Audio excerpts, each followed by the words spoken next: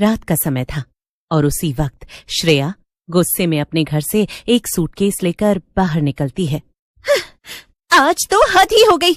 ये माँ बेटे ने मिलकर मेरा पूरा दिमाग ही खराब कर दिया। इनके पास कोई और काम है ही नहीं।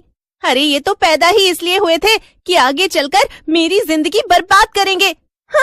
श्रेया गुस्से में चलते हुए चौराहे तक आती है और वहां बस का इंतजार करने लगती है। बस जल्दी से ये मनहूस बस मिल जाए और मैं अपने मायके पहुंच जाऊं। घर पर माँ को जाकर सब कुछ बताऊंगी। लेकिन श्रेया कुछ देर तक वहीं खड़ी रहती है, फिर भी उसे बस नजर नहीं आती। तभी उसे दूर से अनुज बाइक से आता दिखाई देता है। वो श्रेया के सामने बाइक रोकता है और कहता है, ओफो श्रेया, क्यों बात को बढ़ा रही हो? चलो घर चलो ना। अरे यार, तुम माँ की बातों को इतना सीरियसली क्यों ले लेती हो? और अब इतनी सी बात पर मायके चली जाओगी? छोटी सी बात? वाह वाह वाह। मतलब एक तो आपकी माँ ने मुझसे ऐसा बोला कि ये नौकरी के बहाने मैं घर के काम नहीं करती और वहाँ नौकरी पर जाकर भी सिर्फ आराम ही करती हूँ। मतलब वाह वाह। वहाँ बॉस तो मेरे चाचा है ना, जो मुझे ऑफिस के एसी में बैठाकर नाश्ता पानी करवाते हैं। अरे यार, माँ को ये सब नहीं पता ना, लेकिन मैं तो जानता हूँ, इसीलिए कभी कुछ नहीं कहता। चलो तुम खाना मत बनाना, हम बाहर से मंगवा लेंगे। नहीं नहीं नहीं, चाहे कुछ हो जाए, मैं नहीं जाऊंगी आज तुम्हारे साथ। इतना कहकर श्रेया बाइक से आगे बढ़ जाती है और आगे चलने लगती है। अनुज उसके पीछे बाइक लेकर आता उससे पहले ही श्रेया को सामने एक ऑटो खड़ा दिखाई देता है। अरे ऑटो? हाँ, यही ही ठीक है, इसी से घर चली जाती हूँ। श्रेया ऑटो के पास आकर अंदर बैठे आदमी को देखती है, लेकिन आदमी की जगह वहां एक बूढ़ी औरत बैठी थी। काकी, वो बाल विहार कॉलोनी तक चलोगी? बिल्कुल चलेंगे। तुमको तुम्हारे पति से एकदम दूर ले चलूंगी। आपको कैसे पता कि मुझे? वो पीछे खड़ा है ना, बाइक वाला, तो मुझे लगा कि पति से ही झगड़ा करके मायके जा रही होगी। श्रेया ऑटो में बैठ जाती है और उसके बैठते ही बुढ़िया ऑटो चलाने लगती है। पीछे बाइक पर खड़ा अनुज सोचता है, लगता है ये आज नहीं मानने वाली। चलो कोई नहीं, कल सुबह इसके मायके जाकर ही बात करूंगा अब। इधर श्रेया गुस्से में ऑटो में बैठी थी और उसे रास्ते का भी ध्यान नहीं था। थोड़ी दूर चलने के बाद उसने ध्यान दिया कि ये उसके घर का रास्ता नहीं था, बल्कि एकदम सुनसान रास्ता था। अरे ये क्या? ये आप मुझे कौन से रास्ते से ले जा रही हैं? बोलिए, बोलती क्यों नहीं? लेकिन आगे ऑटो चला रही बुढ़िया कोई जवाब नहीं देती। श्रेया को ये बात बड़ी ही अजीब लगती है। अरे यार, ये आखिर हो क्या रहा है? ओ अम्मा, ऑटो किधर से ले जा रही हो? बोलती क्यों नहीं? कहीं तुम मुझे किडनैप तो नहीं कर रही? तभी वो बुढ़िया जोर से हंसने लगती है। वाह वाह, एक चीज तो सही बताई तूने। अब सोच, आगे किडनैप करने के बाद तेरे साथ मैं क्या क्या करूंगी। अब तो श्रेया का शक यकीन में बदल गया था। अब तो एक ही रास्ता है, मैं चलते ऑटो से कूद जाऊंगी।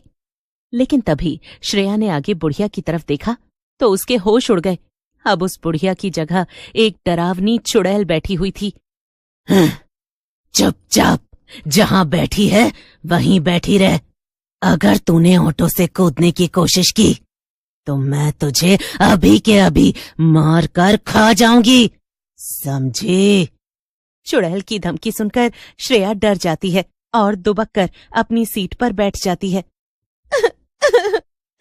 हे भगवान, अब मैं क्या करूं?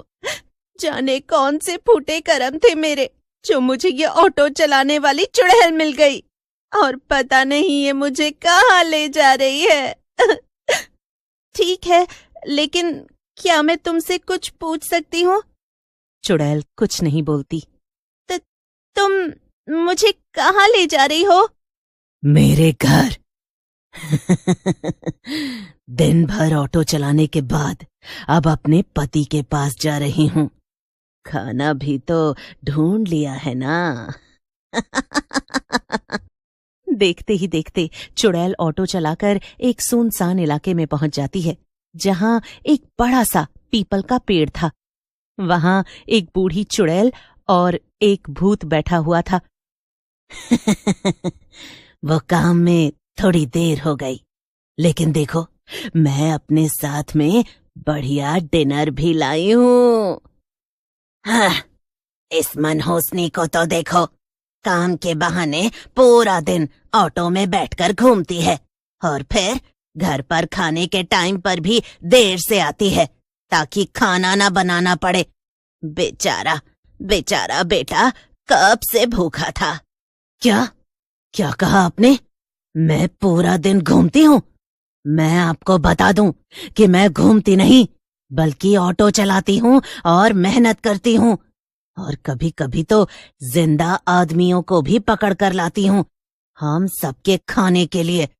लेकिन आपको तो मेरे काम की कदर ही नहीं, और तुम्हारी माँ ने मुझसे इतनी बड़ी बात कह दी और तुम्हें अभी भी भूख लगी है? हाँ? हाँ तो वो क्या बोलेगा मुझे?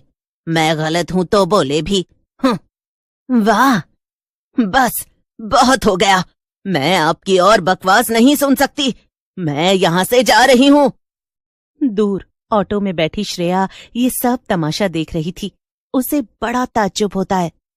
वाह, गजब है। इंसान तो इंसान, ये भूत चुड़ैलों के घरों में भी यही हाल है। तभी चुड़ैल गुस्से में आती है और ऑटो में बैठ जाती है। अब मेरे साथ भी ठीक ऐसा ही हुआ। मेरी सास ने भी मुझसे कहा कि मैं तो ऑफिस में जाकर समय बर्बाद करती हूँ और आराम करती हूँ। क्या? सचमुच? हाँ, तभी तो मैं गुस्से में घर से भाग आई और अपने मायके जा रही थी। श्रेया की बात सुनकर चुड़ैल जोर से ठहाका मारकर हंसती है। मेरा दिमाग खराब थोड़े ही हो गया है जो तुझे छोड़ दूंगी। पहले तो मैं बाकी सबके साथ मिलकर तुझे खाने वाली थी, लेकिन अब उन सब ने मेरा मूड खराब कर दिया। इसलिए अब मैं तुझे अकेले ही खाऊंगी। बहुत मजा आएगा। चुड़ैल की बात सुनकर श्रेया की सिट्टी पिट्टी गुम हो जाती है। चुड़ैल ऑटो को अब किसी दूसरे सुनसान इलाके में ले जा रही थी। श्रेया का दिल जोर से धड़क रहा था, लेकिन तभी श्रेया को अपनी साइड से एक तेज रोशनी दिखाई देती है। वो उस तरफ देखती है तो ऑटो के ठीक बगल में अनुज बाइक चला रहा था। ऐसे में चुड़ैल का बैलेंस बिगड़ता है और उसका ऑटो एक पेड़ से जाकर टकरा जाता है। चुड़ैल कुछ सेकंड्स के लिए बेहोश हो जाती है।